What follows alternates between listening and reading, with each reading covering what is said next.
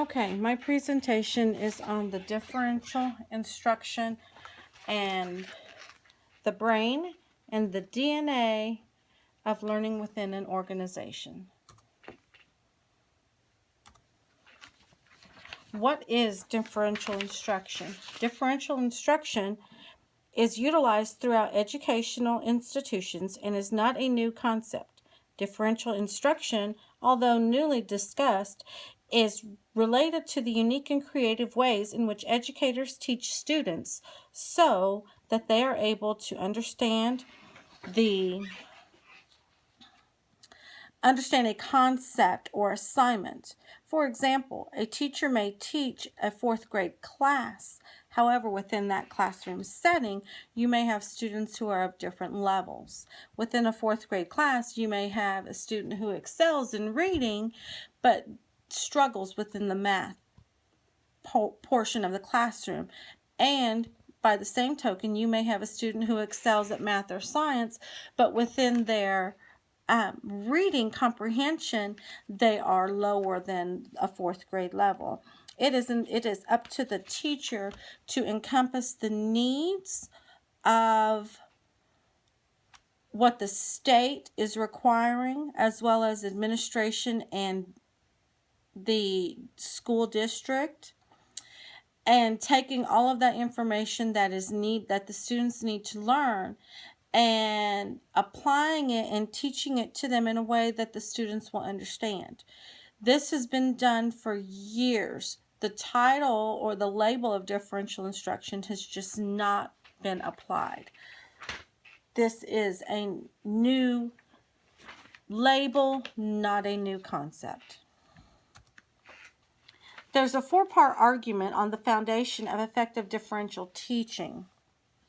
The first is the environment in which a student learns has a direct effect and impact on the way a student learns and the way a teacher may teach.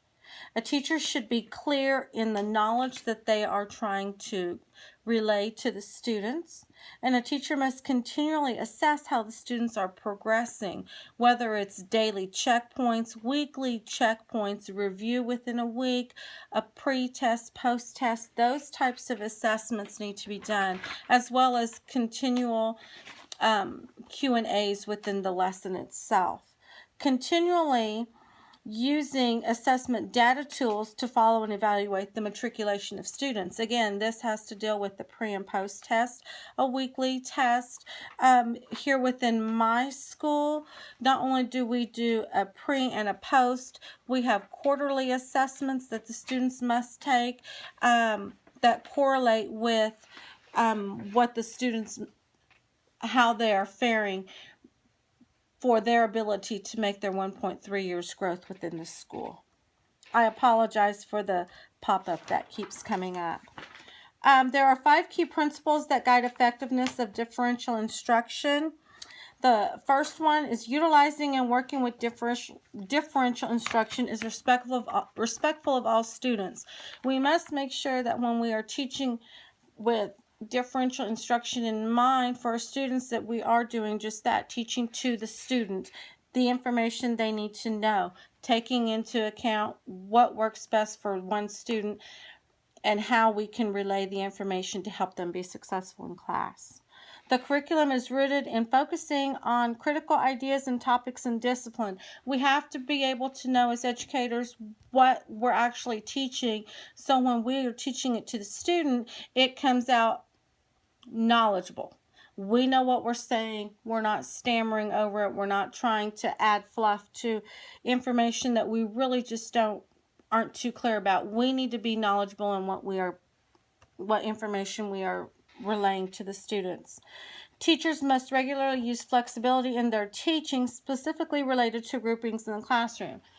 This is very important because there may be instances where what works for one group in a class is not going to work for another group, and you have to be flexible with those groups to know at some point this grouping is going to be a little bit further along than this other grouping, and by the same token, even within the groupings itself, the dynamics may change, and so the teachers need to be flexible in how that grouping works out and how you can continually be prepared to assess that and make any adjustments you need to for the benefit of not just your classroom, but your students, individual students. Teachers must utilize ongoing assessments to form their way of instruction. You must always look at the data points and look and see if you are relaying what needs to be relayed throughout your instruction of that lesson.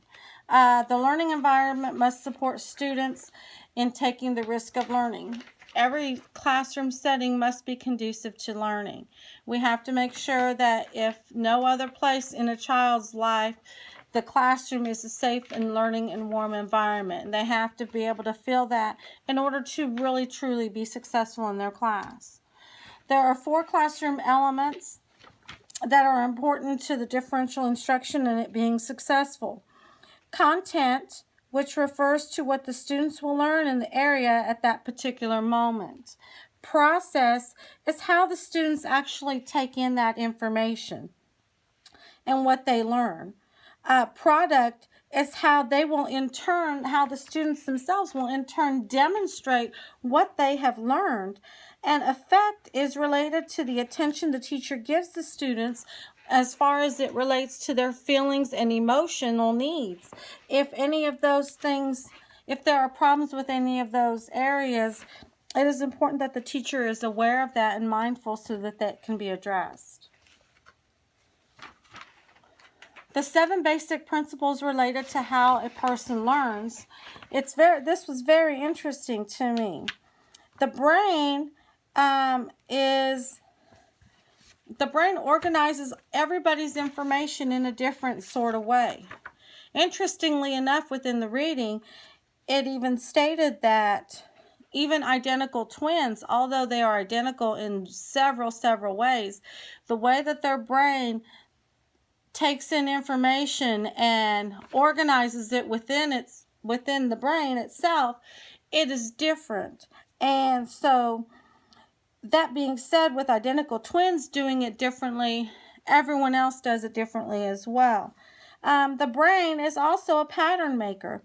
It structures and builds upon information so that the way in which information is obtained can be understood. The third part is ground control, what I like to call ground control. It's important to note that the frontal lobe is considered the executive center of the brain. I consider it ground control because it serves as the main area for processing and organizing information. The 4th principle relates to emotions and the way in which the brain sets up a pattern for the individual to understand a concept, which is basically your emotions are in motion. The 5th principle involves the learning and socialization with an individual and others around them. This has a lot to do with the brain and how the brain functions to set you aside for being able to function within other people. And your brain does that so fast, a lot of these things we just don't even realize. The 6th principle has to do with the memory system. And basically, the short-term, long-term memory. What do we need to hold on to? Our brain makes that determination. What is considered important long-term extended memory information, and what is the fluff that we can get rid of? That's the short-term, long-term. That's the 6th principle related to how a person learns. And the 7th and final principle of differential learning and retention has to deal with your required focus and extended attention, and what your brain does if it holds and grasps that information, and will your brain retain it and stay focused long enough for you to continue to gain information. The DNA of the learning organization. When discussing the organizational DNA, it is important to understand what is meant. The organizational DNA is the internal values and beliefs governing individuals and organizations. There are 5 barriers an organization must look at when creating learning environments. Those 5 barriers are: the individual learning is not team learning. There is a tendency to treat learning as an individual phenomena as opposed to group learning. Team learning is a skill that tends to not be focused on when in reality it is imperative for the growth of an organization or a business. Formal training versus informal learning. One cannot assume that formal training is the only way to teach a skill. Trainings and learnings must be done cohesively. Business and processes are discrete. Treating businesses and learning processes as entirely discrete worlds. In other words, these 2 areas are intertwined and can be related to daily life as opposed to situations only relating specifically to the areas being discussed. Non-listening environments. The 4th barrier has to do with non-listening, not being open to hearing new ideas, which can help bring positivity within the organization and or business. And lastly, the final 5th principal barrier is related to hierarchy-generated barriers, where only the top-level supervisors and administrators will make the decisions. When this happens, the lower-level individuals do not feel that their voices are truly heard and do not have a high level of trust within their organization, and sometimes tend to be fearful and not as committed to the grand scheme of things because their voices are not heard. In an effort to bring more positive change and climate within an organization or business, it is important to bring back the processes of learning and learning in a way that can effectively reach everyone. It is not an easy task, but it must be done. And the learning must be done in a way that can be successfully done for everyone, not just 1 or 2 people. One cannot expect successes within the quality management of an organization or business if there is not adequate pre-work completed. Not doing the pre-work is like not training for a marathon and just going out and running the marathon. You may be okay for the first 20 to 30 yards or so, but after a while, your body is going to give out because you did not train adequately. The same is said for preparing for organizational learning. Adequate preparation must be done. In order to effectively work at being successful within the functions of an organization, there are specific strategies that can be utilized for individual and group learning. Those strategies include cross-functional teams and task force. These can continually work at helping individuals and teams learn as they learn themselves. Job rotations have to deal with exposing employees to different experiences within their organization, as well as tasks, and encourage the learning of them within their own positions and positions of others. Workouts. Workouts is where groups are brought together as teams and typically are grouped with individuals who they would not normally work with. And it exposes them to other experiences and situations. Action learning. Action learning is the environment and problematic situations that are important elements to be considered when linking a group for solving. It is stated in the reading that the situations can best be solved if there is unfamiliarity with the problem. If you do not bring a biased opinion to the table, you're better and more well-equipped to help solve a problem with the action learning. Succession planning is typically confined to more of a senior management role and ranks. This is also a great way in which individuals move up and are promoted within organizations by earmarking them to move up the ladder. Career pathing. Career pathing is associated with job rotations, but takes on a more global character as well. It involves evolving processes with members who can deal with situations. Mentoring programs. Mentoring programs don't always get the attention that they deserve. Mentoring programs work great for individuals who have the ability to work with others who are nurtured and monitored and then can develop for their own advancement in various ways. Employee exchange programs allows for cross-peer coaching to occur because it overlaps in the work that is completed. Each exchange overlaps to others so it can build upon each element. Distributive learning is more along the lines of utilizing technology and resources interactively with various organizations and other resources as well. Formal training helps to generate a bigger appreciation of businesses, corporate values, and visions for the company related to goals and future planning. Town meetings. Town meetings are designed to bring large groups of people together who would not normally intermingle and discuss matters to come to an agreement and/or resolution. Celebrations of success can help promote and encourage camaraderie within an organization by celebrating the successes of employees in the work environment.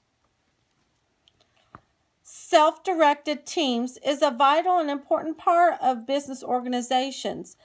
Many businesses look at these teams to help advance others within the group. Email interconnections is typically used within a lateral setting. The majority of the time, team leaders will speak with team leaders. Administration will speak with administration. That all goes on within the school.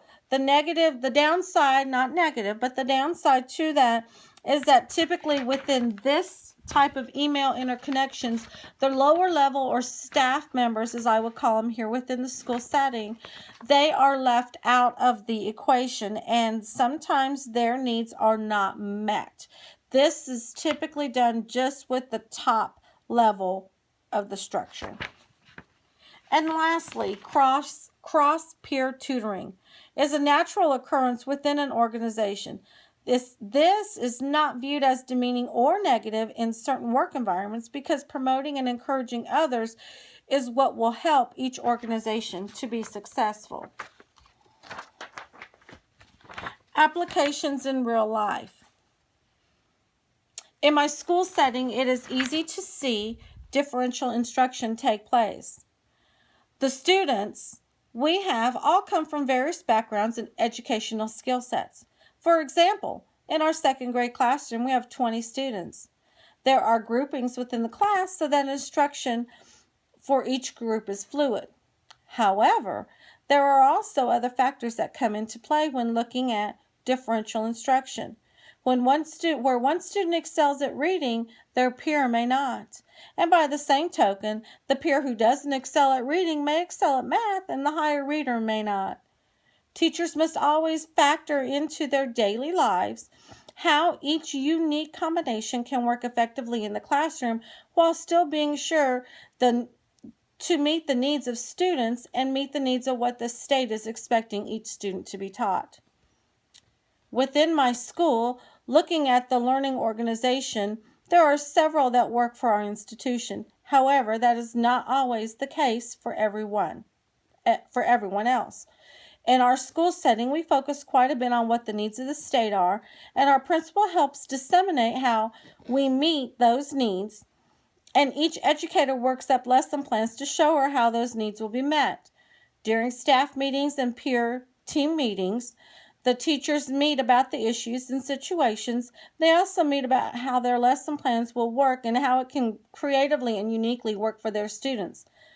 Additionally, throughout the school year, teachers attend meetings that assist with expanding the abilities to meet the goals expected by the administration and government but also meeting the needs of the students for how they can be effectively taught. This is my works cited page, which is basically just the readings that we had for the class. Thank you.